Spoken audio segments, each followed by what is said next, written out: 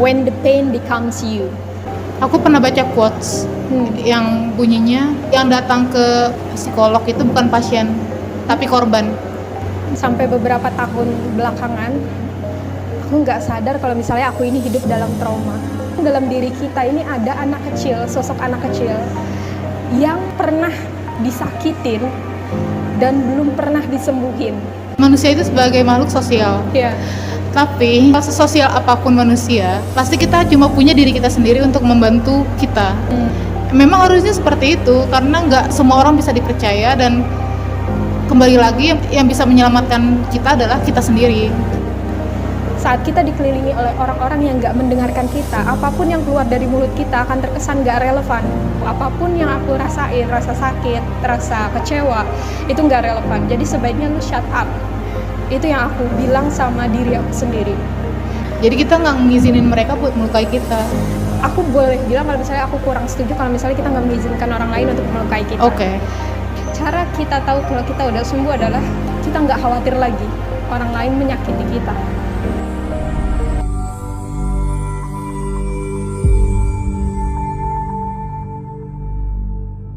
When the pain becomes you.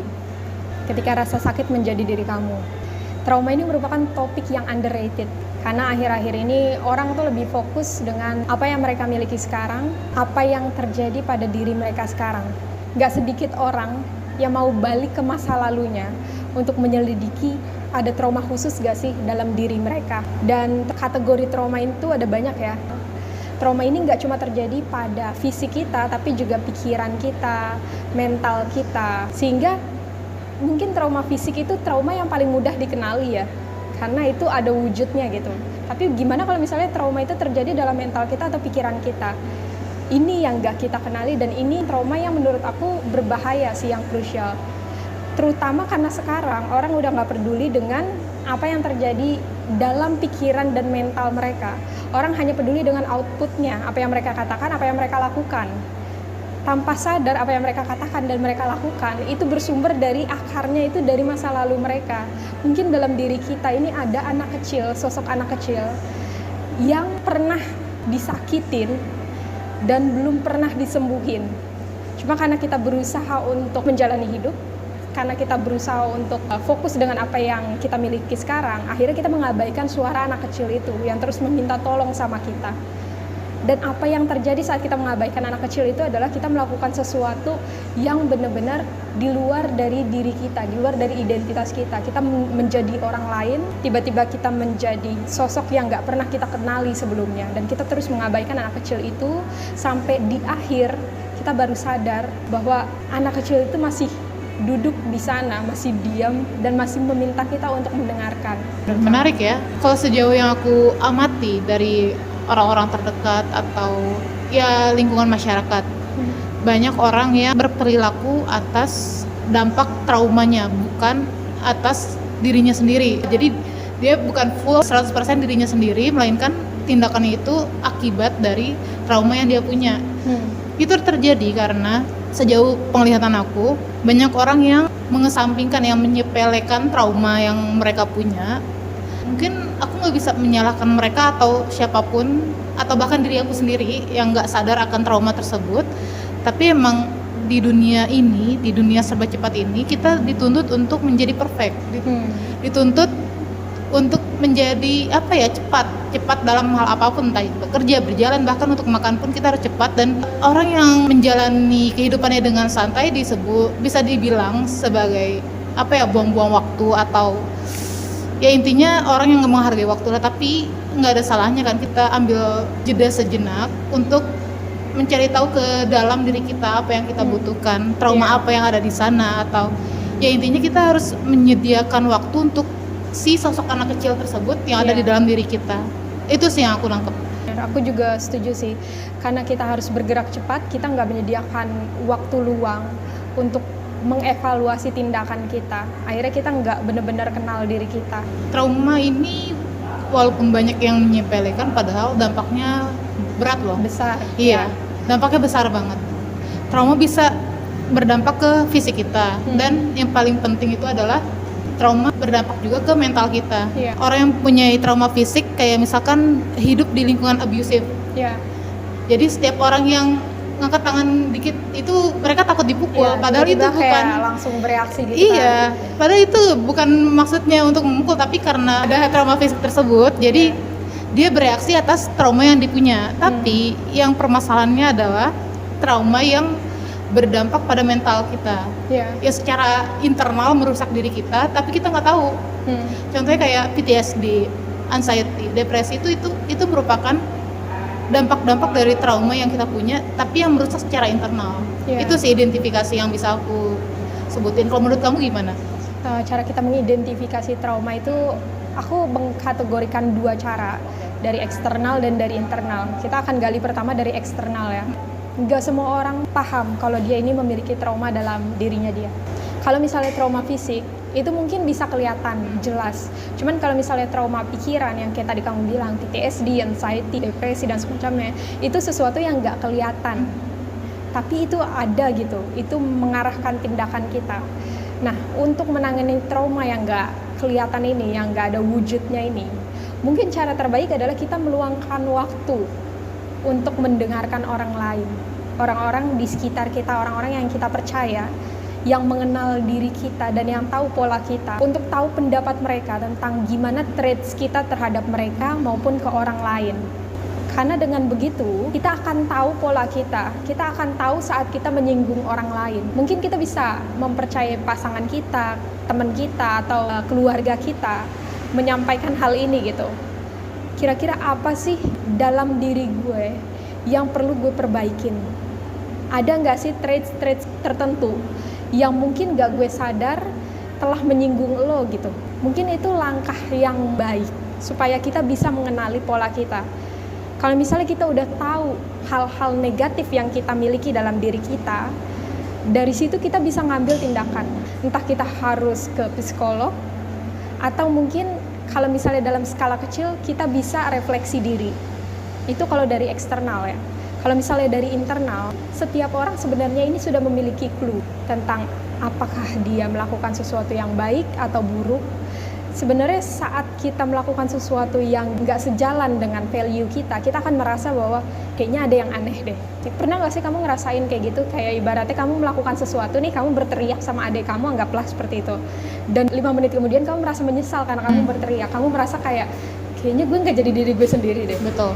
Nah, jangan mengabaikan hal itu ya, karena itu salah satu clue bahwa kamu memiliki luka dari masa lalu yang belum kamu sembuhin. Jadi mulai dengerin diri kamu sendiri. Jadi eksternal adalah kamu mendengarkan orang lain, internal adalah kamu mendengarkan diri kamu sendiri melalui refleksi. Jadi kamu nyediain waktu untuk refleksi diri. Di tengah dunia yang sibuk, kamu harus luangin waktu minimal 15 menit aja. Kamu duduk untuk merefleksikan apa yang terjadi sama diri kamu. Kayak gitu, itu cara untuk mengenali trauma. Oke, tadi kan kita udah jelasin konteksnya ya. Mungkin kita bisa obrolin contoh kasusnya mungkin. Ya. Secara real life-nya, secara nyatanya. Ada gak sih tindakan kamu yang kamu lakuin dan kamu sadar itu adalah efek dari trauma yang kamu punya? Ada nggak? Sampai beberapa tahun belakangan, aku nggak sadar kalau misalnya aku ini hidup dalam trauma. Jadi ada satu hal ketika aku punya seorang teman yang cukup dekat sama aku, dan aku berusaha untuk menceritakan sesuatu yang krusial dalam hidup aku, yang penting. Aku menganggap ini penting karena itu nggak pernah terjadi sama aku sebelumnya, dan aku butuh orang ini untuk mendengarkan aku, untuk kasih aku masukan. Tapi alih-alih ngasih apa yang aku butuhin, dengerin aku atau ngasih masukan, respon dia nggak begitu antusias, respon dia cuma sekadarnya, dan itu membuat aku berpikir bahwa aku nggak ada value apapun di mata dia. Cara sehatnya saat kita menghadapi orang yang seperti itu, terutama orang yang paling dekat sama kita, adalah kita berbicara, duduk sama orang itu, dan bilang kalau misalnya apa yang lo lakuin itu nyakitin hati gue loh. Cara lu memperlakukan gue yang sekadarnya itu menyakiti hati gue, karena gue memperlakukan lu, menurut gue dalam sudut pandang gue adalah lu adalah yang spesial gitu. Gue akan duduk di sini, gue akan dengerin lu, musatin seluruh perhatian gue sama lu, tapi saat gue melakukan hal itu lu nggak memberi gue hal yang sama. Jadi aku di situ aku sadar, tapi alih-alih aku ngomong sama dia seperti itu, aku justru diam. Sehari kemudian aku refleksi diri, Kenapa lu diem? Kenapa lu nggak ngomong kalau misalnya lu itu sakit hati dengan traits-nya dia? Dan aku baru sadar kalau ternyata itu ada hubungannya dengan masa lalu aku. Selama ini saat orang nyakitin aku lebih banyak diam karena aku dari kecil dikelilingi oleh orang-orang yang nggak mendengarkan aku. Saat kita dikelilingi oleh orang-orang yang nggak mendengarkan kita, apapun yang keluar dari mulut kita akan terkesan nggak relevan. Jadi kamu merasa seperti orang gila yang lagi bercelotek sama orang lain, sementara orang lain duduk dan nutup telinga, menganggap seolah-olah lu itu nggak ada. Gitu. Jadi ternyata karena masa lalu aku seperti itu, sampai saat ini aku masih berpikir bahwa apa yang keluar dari mulut aku itu nggak relevan. Orang nggak mau dengerin aku, apapun yang aku rasain, rasa sakit, rasa kecewa, itu nggak relevan. Jadi sebaiknya lu shut up. Itu yang aku bilang sama diri aku sendiri. Itu salah satu contoh kasus di mana aku merasa bahwa ini adalah trauma aku. Ada kasus lain di mana yang aku identifikasi dalam diri aku, yaitu aku masih kesulitan untuk mencintai seseorang. Aku masih kesulitan untuk percaya bahwa orang itu bisa mencintai kita apa adanya. Akibatnya, saat orang lain datang ke aku menutup diri. Aku memasang tameng setebal apapun tameng itu, sekokoh apapun tameng itu, supaya orang-orang gak menyakiti diri aku. Jadi ini salah satu penyebab trauma yang membuat kita ini membentuk tameng-tameng itu. Trauma ini bisa membuat orang berperilaku dua hal ya menurut aku. Yang pertama, berperilaku defensif. Jadi supaya orang gak nyakitin dia, akhirnya dia membangun tameng itu dan menangkis semua apapun yang dikatakan oleh orang-orang yang ada di sekitarnya. Itu salah satu traits yang disebabkan oleh trauma, bersikap defensif. Dan yang kedua adalah orang ini menutup diri. Jadi dia nggak mau ngomong apapun. Jadi supaya menghindari orang-orang menyakiti dia lebih baik shut down semua perasaannya dia, emosinya dia. Dan itu yang terjadi sama aku. Aku nggak bersikap defensif, tapi aku lebih menutup diri. Aku baru sadar itu beberapa tahun terakhir. Iya sih, segala bentuk trauma, apapun bentuknya, pasti ada efek samping di diri kita. Iya. Bakal ada efek samping pada tindakan kita. Dan itu terlihat jelas di kasus-kasus yang kamu sebutin kayak tadi sih. Dan aku juga memperhatikan, jangankan manusia ya, hewan pun punya trauma. Misalkan kalau ada anjing yang dipelihara di lingkungan rumah yang abusif, dia anjing itu nggak bakal mudah buat percaya sama orang. Mereka bakal lebih agresif, lebih galak. Padahal nggak semua orang berniat untuk menyakiti dia. Kayak gitu sih. Bahkan nggak berlaku cuma di manusia, bahkan di hewan-hewan pun bisa merasakan trauma dan ada dampaknya. Jadi segala sesuatu yang hidup itu memiliki feeling ya. Betul, pasti punya feeling sih. Kalau misalnya aku bertanya sama kamu, ada nggak sih perilaku trauma yang belum kamu sembuhkan sampai saat ini, atau yang kamu rasa masih ada gitu dalam diri kamu? Oke, kan sebelumnya kamu jelasin cara mengidentifikasi trauma kan. Entah itu secara internal kita meluangkan waktu untuk dengerin diri kita sendiri, ataupun kita mendengarkan orang lain, evaluasi dari orang lain mungkin. Tapi seingat aku belum pernah melakukan kedua itu. Jadi mungkin ada beberapa part yang tindakan aku yang berasal dari trauma tersebut, tapi aku nggak sadar sampai sekarang, sampai detik ini. Mungkin yang aku sadar adalah bukan ketindakan yang aku lakuin dari hasil trauma itu, tapi efek dari trauma itu. Kayak yang tadi disebutin, ada depresi, anxiety. Nah itu aku ngerasain sampai detik ini, dan itu emang lagi tinggi-tingginya sih aku rasain, lagi sering-seringnya. Jadi aku sadar aku punya trauma, tapi aku belum bisa mengidentifikasikannya, dan aku akan meluangkan waktu untuk mendengarkan orang lain, atau meluangkan diri aku sendiri untuk mendengarkan apa yang diri aku rasakan dan apa yang salah di diri aku, gitu sih. Mungkin aku butuh waktu buat cari tahu secara internal. Nanti kalau misalkan emang aku rasa kesulitan, aku pasti akan mencari bantuan profesional. Oke, ini menarik nih. Jadi kita udah berkaca ya, kita udah paham kalau kita ini memiliki trauma dan kita udah mau berusaha untuk keluar dari lingkaran trauma itu. Tapi respon orang lain ini kadang nggak sesuai dengan harapan kita. Ibaratnya orang lain nggak mau bekerja sama untuk menyembuhkan trauma kita gitu. Kalau misalnya nih kamu sekarang udah berusaha untuk berkaca dan kamu melakukan sesuatu yang beda, tapi ada aja triggernya dari luar. Betul. Yang menyebabkan kamu balik lagi ke lubang di masa lalu kamu itu, penyakit kamu itu gimana ya cara kita ngatasinnya yang seperti itu?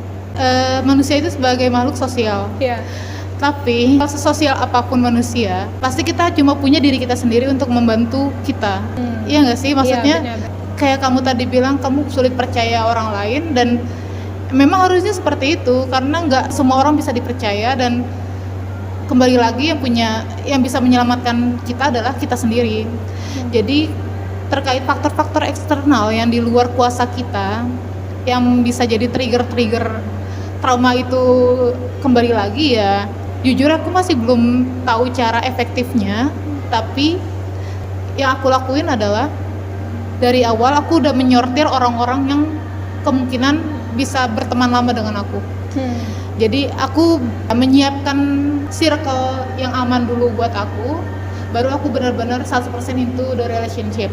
Tapi kalau misalkan orang lain yang nggak aku izinin masuk ke circle itu, ya aku bakal berinteraksi ala kadarnya gitu sih. Oke. Jadi apa yang aku simpulin dari apa yang kamu sampaikan itu, kita fokus sama diri kita. Pertama kita fokus sama diri kita, abaikan hal-hal di luar kendali kita, dan jangan lupa kita pasang batasan, boundaries untuk orang lain. Betul. Supaya kita nggak terluka untuk kedua kalinya. Gitu ya. Jadi kayak ibaratnya memang benar sih, kita boleh percaya sama orang, tapi kita juga tetap harus memiliki batasan untuk percaya sama orang lain. Karena nggak semua orang itu perfect, nggak semua orang itu dimaksudkan untuk diri kita kan. Iya, itu dia. Kayak gitu. Tadi kan kita udah bahas nih cara mengidentifikasi trauma, dan ada real case-nya lah, kasus nyatanya. Nah, mungkin kita obrolin ini kali ya, cara kita mengatasi trauma tersebut. Kamu ada gak sih kiat-kiat untuk mengatasi trauma tersebut? Iya, mungkin yang paling dasar adalah kita tahu kalau kita trauma, itu dulu. Kalau misalnya dalam diri kita nggak ada keinginan untuk memperbaiki trauma itu, cara apapun yang akan kita saranin saat ini nggak akan berhasil ya. Pertama, jadi ada keinginan dulu untuk memperbaiki situasi. Nah, sebenarnya banyak orang-orang mengatakan kalau misalnya kita mau menyembuhkan trauma, kita harus kembali ke masa lalu kita. Kita harus kembali ke masa-masa di mana kita merasa disakitin gitu. Kita harus paham akarnya. Tapi kan nggak semua orang mau berusaha untuk kembali ke masa lalu itu. Karena ya let's be real gitu, nggak semua orang sensitif, nggak semua orang tuh melankolis yang ibaratnya suka dengan pembahasan-pembahasan yang seperti ini. Beberapa orang itu realistis, mereka cenderung berpikir logis gitu. Oh ya udah, gue hidup dengan apa yang terjadi sekarang aja gitu, ngapain gue balik-balik ke masa lalu gitu kan, buang-buang waktu gitu. Tapi dia juga paham kalau misalnya ada sesuatu dalam diri dia yang perlu diperbaiki gitu. Jadi memang salah satu pakar trauma, Dr. Gabor Mate, mengatakan kalau misalnya kita nggak harus selalu kembali ke masa lalu. Kita kembali ke masa lalu kalau dirasa itu membantu, kalau dirasa itu sifatnya membantu kita untuk memperbaiki apapun yang terjadi dengan kita saat ini. Jadi trauma ini kalau misalnya ditanya, bisa nggak sih trauma itu disembuhkan atau enggak? Trauma ini nggak bisa disembuhkan, tapi bisa dinavigate, diarahkan.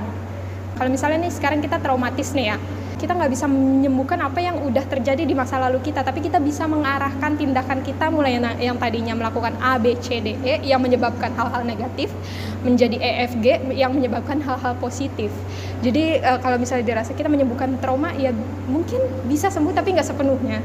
Tapi kita bisa menavigate tindakan kita.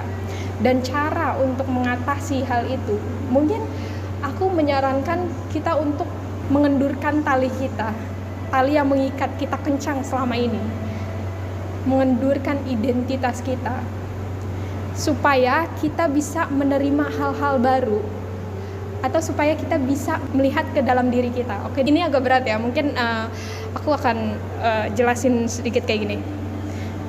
Anggaplah kamu sekarang berdiri di depan cermin, kamu berkaca sama diri kamu sendiri. Sekarang cuman ada kamu dan diri kamu di cermin itu. Kamu dan diri kamu di cermin itu awalnya adalah satu orang yang sama. Sekarang kamu keluar dari dalam diri kamu dan beranggapan bahwa orang yang ada di depan cermin itu adalah anak kecil dari masa lalu kamu. Sekarang kamu adalah diri kamu dan orang yang ada di cermin itu adalah anak kecil dari masa lalu kamu. Kamu melepas dia. Dengan cara kita melepas identitas kita, kita akan mulai berbicara sama diri kita sendiri. Kita akan mulai mendengarkan anak kecil ini tentang apa yang terjadi sama dia. Jadi cara yang paling efektif supaya kita bisa mengatasi trauma adalah kita melepaskan diri kita dari diri kita sendiri gitu, dan mulai melakukan sesuatu yang berbeda. Karena kalau misalnya kita masih terikat sama diri kita masih terikat tuh sama semua yang membentuk kita dari awal sampai akhir, sampai saat ini. Kita masih terikat sama masa lalu kita masih terikat sama rasa sakit yang kita rasain. Akibatnya kita nggak bisa melakukan sesuatu secara berbeda. Permasalahannya adalah sekarang nggak semua orang mau melepas identitas mereka dan menerima diri mereka secara berbeda, melakukan sesuatu secara berbeda. Itu yang paling challenge buat sekarang. Dan menurut aku itu cara yang paling efektif sih. Yang pertama itu dulu, mau nggak lu keluar dari lubang masa lalu. Kayak gitu. Mungkin aku mau nambahin dari statement kamu barusan. Selain willingness atau kesediaan kita kesediaan kita melepas sisi kita yang lalu itu, anak kecil itu, mungkin di awalnya itu kita harus acceptance.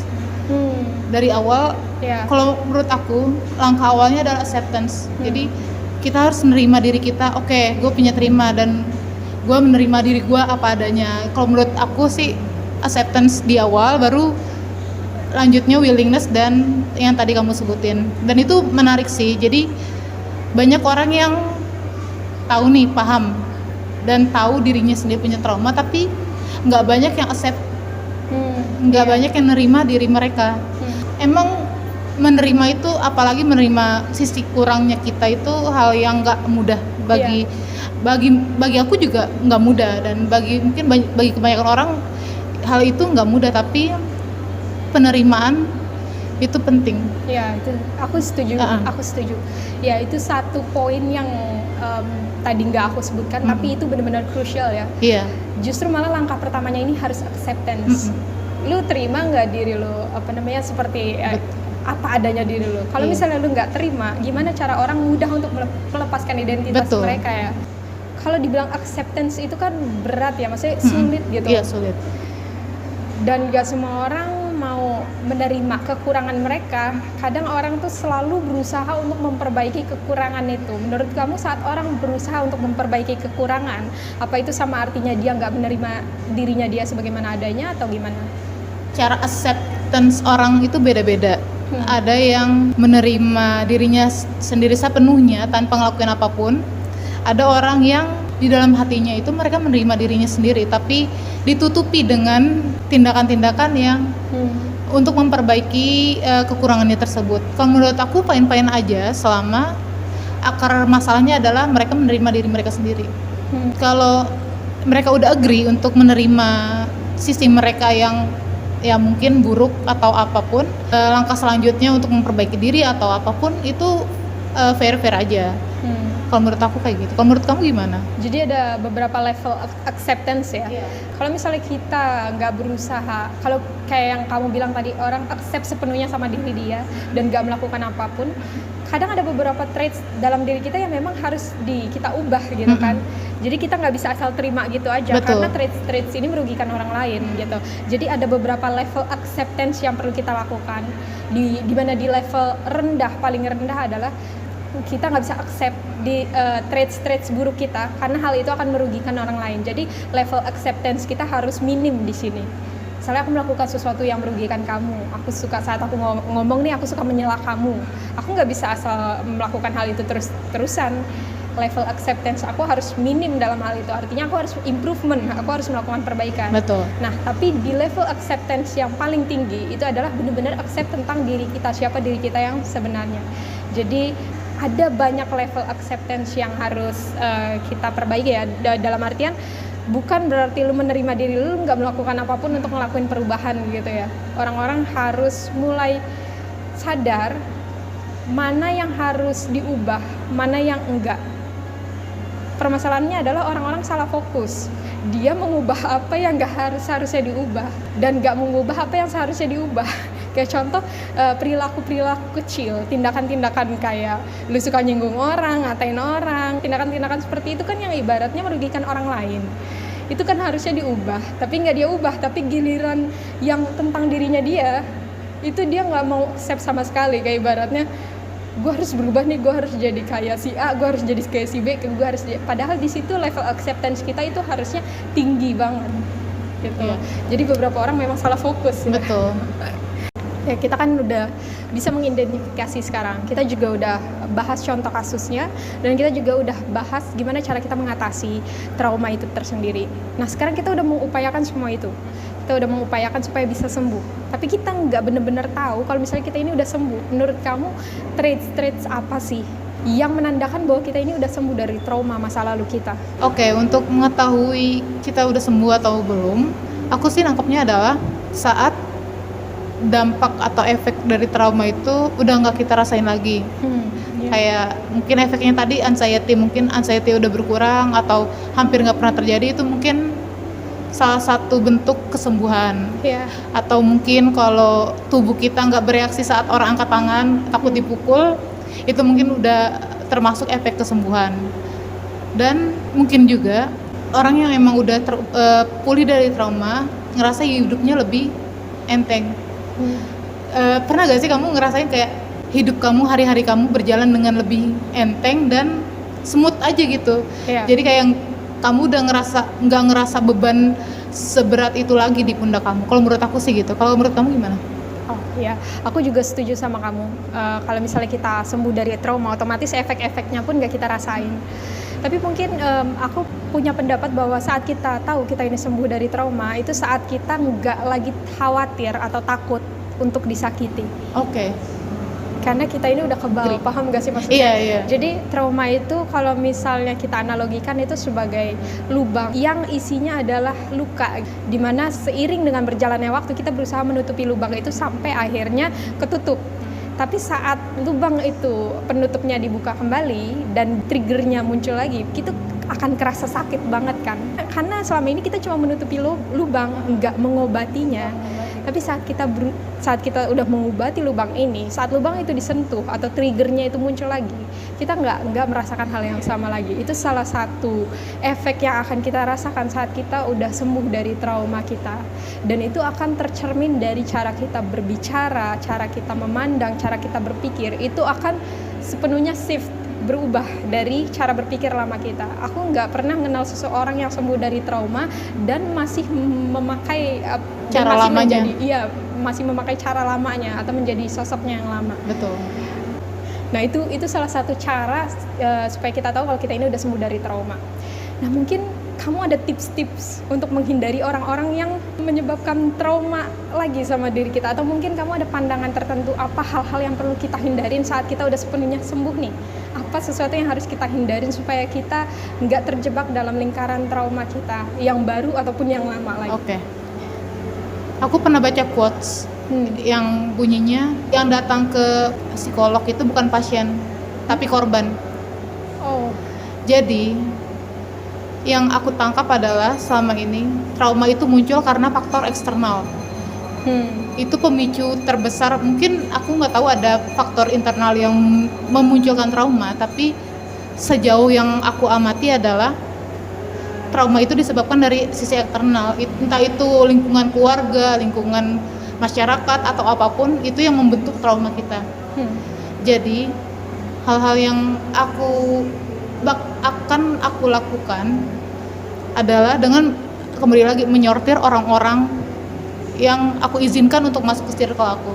Dan kalau aku udah milih, misalkan aku milih kamu masuk ke circle aku, ya aku berarti udah 100% nerima kamu apa adanya, bahkan disakiti sekalipun aku bakal fine-fine aja karena aku udah dari awal aku udah agree, aku udah accept. Kalau menurut aku kayak gitu. Kalau menurut kamu gimana? Iya benar. aku juga setuju sama kamu. Itu mungkin salah satu tindakan yang perlu kita lakuin kalau misalnya kita mau terbebas dari trauma ya. Jadi dan aku memang setuju sih sama kamu. Penyebab trauma itu selalu datang dari eksternal. Selalu. Tapi masalahnya penyakitnya itu internal gitu. Jadi mau nggak mau itu wajib kita harus memfilter dunia eksternal kita. Iya. Sehingga kita ngasih mereka kapasitas untuk melukai kita gitu. Jadi gini. Jadi kita nggak ngizinin mereka buat melukai kita. Aku boleh bilang kalau misalnya aku kurang setuju kalau misalnya kita nggak mengizinkan orang lain untuk melukai kita. Oke. Karena gini, saat aku membiarkan orang lain melukai aku, bukan berarti aku ini pasrah, bukan berarti aku nggak melakukan apapun gini. Jadi orang lain akan menyakiti kita dalam kapasitas ringan ataupun besar. Aku tahu kalau orang lain akan menyakiti aku. Aku nggak mengizinkan, tapi aku tahu kalau orang lain akan menyakiti aku. Jadi aku nggak menutup kemungkinan bahwa aku akan disakiti, tapi aku memberi mereka kapasitas untuk menyakiti aku. Oke, kadarnya ya, iya. Jadi gini, kalau misalnya kamu berpikir dengan cara bahwa gue nggak ngizinin lu menyakiti gue, akibatnya adalah yang terjadi adalah kamu memasang tembok-tembok besar itu yang membuat orang lain nggak bisa bahkan menyentuh kamu gitu. Bahkan untuk duduk bersama kamu untuk melakukan conversation ini. Tapi saat aku tahu kamu akan menyakiti aku dan aku tahu sampai di mana aku membiarkan kamu atau memberi kamu kapasitas kamu menyakiti aku tetap bisa akan duduk sama orang-orang itu gitu. Tapi aku nggak membiarkan mereka masuk lebih jauh karena aku ngasih mereka batasan, ada layers-layers-nya. Itu sih menurut aku. Karena balik lagi, cara kita tahu kalau kita udah sembuh adalah kita nggak khawatir lagi orang lain menyakiti kita, karena kita udah kebal gitu. Kita udah punya antivirusnya. Iya, itu dia. Itu dia. Itu cara kita tahu kita sembuh dari COVID kan kita udah. Betul. Sekarang coba kalau kamu pikir sekarang orang nggak ada yang takut sama COVID ya. Mungkin masih ada yang khawatir, tapi karena udah tahu ada antivirusnya kan. Udah biasa aja. Jadi kayak biasa aja. Let it go. Let it. Oke, agree. Iya, make sense. Jadi mungkin itu ya. Dari kamu ada tambahan? So far udah cukup sih. Oke. Itu menarik banget ya pembahasan kita seputar trauma ini. Sebenarnya masih banyak kasus trauma yang bisa kita eksplorasi lagi untuk mendapatkan pemahaman utuh tentang trauma itu sendiri. Karena topik ini merupakan topik yang berat menurut aku. Iya. Dan relate. Justru karena relate itu, karena beratnya itu karena kita relate gitu. Jadi kita susah menyampaikan karena itu sesuatu yang heavy untuk di benak kita. Betul. Tapi dengan ngomongin gini menurut aku salah satu metode penyembuhan sih. Iya. Aku juga mendorong audiens kita untuk melakukan hal yang sama gitu ya. Jangan khawatir untuk sharing trauma kalian, tapi terutama yang harus kalian garis bawahi adalah sharing ke orang-orang terdekat yang kalian percaya. Karena nggak semua orang itu dimaksudkan untuk diri kalian. Balik lagi, beberapa orang di dunia ini memang dimaksudkan untuk menyakiti kalian. Bukan berarti dunia ini kejam gitu. Masih ada orang-orang baik yang bersedia untuk mendengarkan kalian. Jadi kalau kalian mengalami hal itu, punya hal-hal trauma, boleh banget kalian share, boleh ke orang-orang terdekat, atau kalian mau share sama kita, minta pendapat kita, bisa banget kalian taruh di kolom komentar. Betul. Kalian nggak sendirian guys. Ya, kalian nggak sendirian.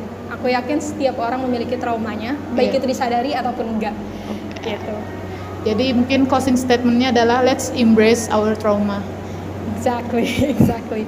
And satu pesan aku adalah jangan biarkan pain atau luka itu menjadi diri kamu. Kalian itu memiliki kapasitas untuk menghalangi pain itu menjadi diri kalian. Kayak gitu sih. Menarik banget obrolan kita hari ini ya. Mungkin kita bisa bahas tentang trauma kita ini di episode selanjutnya. Mungkin yang topik yang lebih deep tentang gimana trauma berefek pada suatu hubungan. Gitu.